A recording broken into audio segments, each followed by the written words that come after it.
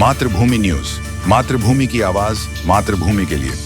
મળતી માહિતી મુજબ શાળાના કુલ 121 વિદ્યાર્થીઓએ A1 ગ્રેડ અને 195 વિદ્યાર્થીઓએ A2 ગ્રેડ હાંસલ કર્યો છે।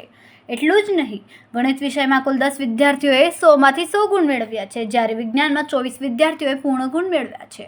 સંસ્કૃત વિષયમાં પણ શાળાના 18 વિદ્યાર્થીઓએ 100માંથી 100 ગુણ મેળવવામાં સફળતા મેળવી છે। આ પરિણામે શાળાના પોતાની ગુણવત્તા અને શિક્ષણ પ્રત્યેની પ્રતિબદ્ધતાનું મૂલ્યવાર પ્રમાણ પૂરું પાડ્યું છે। વિદ્યાર્થીઓ, શિક્ષકો તથા સંસ્થાના સંચાલકોના આ એકત્રિત પ્રયત્નોથી શાળાએ આ સિદ્ધિ હાંસલ કરી છે। ગુજરાત માધ્યમિક અને ઉચ્ચતર માધ્યમિક શિક્ષણ બોર્ડ દ્વારા ધોરણ 10ના વર્ષ 2025ના પરિણામો જાહેર કરવામાં આવ્યા છે।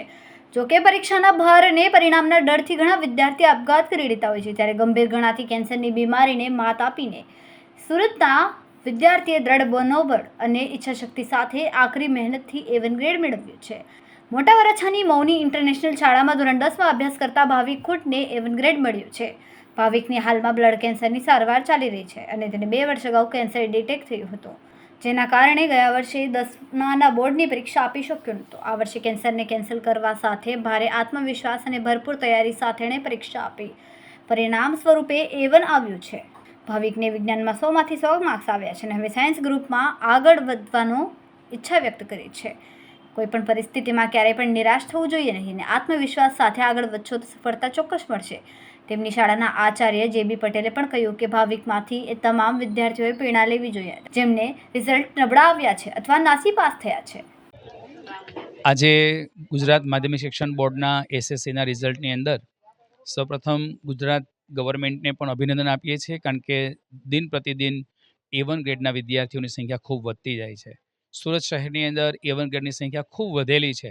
આજે અમારી શાળાની અંદર મૌની ઇન્ટરનેશનલ સ્કૂલની અંદર 121 વિદ્યાર્થીઓ A1 ગ્રેડ પ્રાપ્ત કર્યો છે અને જ્યારે 195 વિદ્યાર્થીઓ A2 ગ્રેડ પ્રાપ્ત કર્યો છે। આ શાળાની અંદર એક એવો વિદ્યાર્થી કે જે ખરા અર્થમાં એમને ગયા વર્ષે 2023-24માં બ્લડ કેન્સર હતું અને એ વિદ્યાર્થી એક્ઝામ આપી શક્યો ન હતો, પણ શાળાના શિક્ષકો અને આચાર્યની મહેનતને કારણે એ વિદ્યાર્થી ફરી પાછો 24-25માં એક્ઝામ આપવા માટે બેઠો। એમને ખૂબ તૈયારી કરાવી અને વિદ્યાર્થી વિજ્ઞાનમાં 100માંથી 100 પ્રાપ્ત કરે છે અને એ વિદ્યાર્થી A1 ગ્રેડ સાથે ઉત્તીર્ણ થાય છે। આથી હું કહી શકું કે શિક્ષકોની જો મહેનત હોય અને વિદ્યાર્થીનો હોંસલો હોય તો ગમે તેવી પરિસ્થિતિમાં પણ વિદ્યાર્થી જીતી શકે છે। એ આજના પરિણામ ઉપરથી સાબિત થઈ શકે છે। આના માટે હું તમામ શિક્ષકોને, આચાર્યને અને વિદ્યાર્થીના વાલીઓને પણ ખૂબ ખૂબ અભિનંદન આપું છું। Thank you very much. મારું નામ વાઘેલા યશા ગૌતમભાઈ છે। મારે અત્યારે 10th સ્ટાન્ડર્ડમાં 96% અને 99.95 PR આવ્યા છે અને મારા બધા જ ટકાનો શ્રેય મારા માતા પિતા, શિક્ષકો તેમજ શાળાના તમામ શિક્ષકોને આપું છું અને અમારા શિક્ષકોનો ખૂબ સપોર્ટ રહ્યો હતો। અડધી રાતે પણ જ્યારે અમે કોઈ પણ ક્વેશ્ચન માટે, અમે ક્વેરી માટે કોઈ સર ટીચરને ફોન કરીએ તો વિધાઉટ કોઈ પણ ઇરિટેશન એ લોકો અમને બહુ સારો જવાબ આપતા હતા અને આ બધા પરિણામનો શ્રેય હું મારા શિક્ષકો તેમજ માતા પિતાને આપું છું। મારું નામ સવાણી મહેક છે। હું બહુ પ્રેક્ટિસ કરી હતી કે આવી જાય A1 અને આવી ગયો। મારી આખી મોની ઇન્ટરનેશનલ સ્કૂલના બધા જ પ્રિન્સિપલ અને ટીચર્સને હું આભાર માનું છું કે મને એટલું મોટું સ્ટડી ટીચિંગ આપ્યું કે હું આગળ વધી શકી અને બસ। અને હું આગળ MBBS કરવા માગું છું, ડૉક્ટર બનવા માગું છું અને સ્કૂલના ટીચર્સને જેણે મને ગાઈડ કર્યું, ટીચ કર્યું। મારું નામ કળથિયા માહી રાકેશભાઈ છે। હું મોની ઇન્ટરનેશનલ સ્કૂલમાં અભ્યાસ કરું છું। મારે 99.89 PR છે અને 97.16% છે।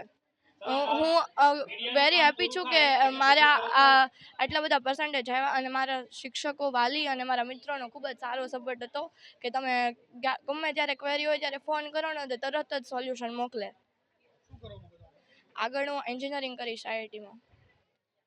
મારું નામ ચેરી અનિતા મિત્તલ છે। હું મોની સ્કૂલમાં ભણું છું અને મારા 95% આવ્યા છે અને 99.28% આવ્યા છે।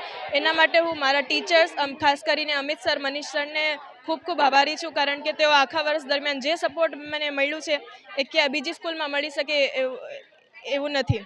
અને મારી મધરને હું આભારી છું કે એને પણ મને બહુ સપોર્ટ કર્યું છે। આગળ હું કમ્પ્યુટર સાયન્સ કરવા માગું છું IITમાં।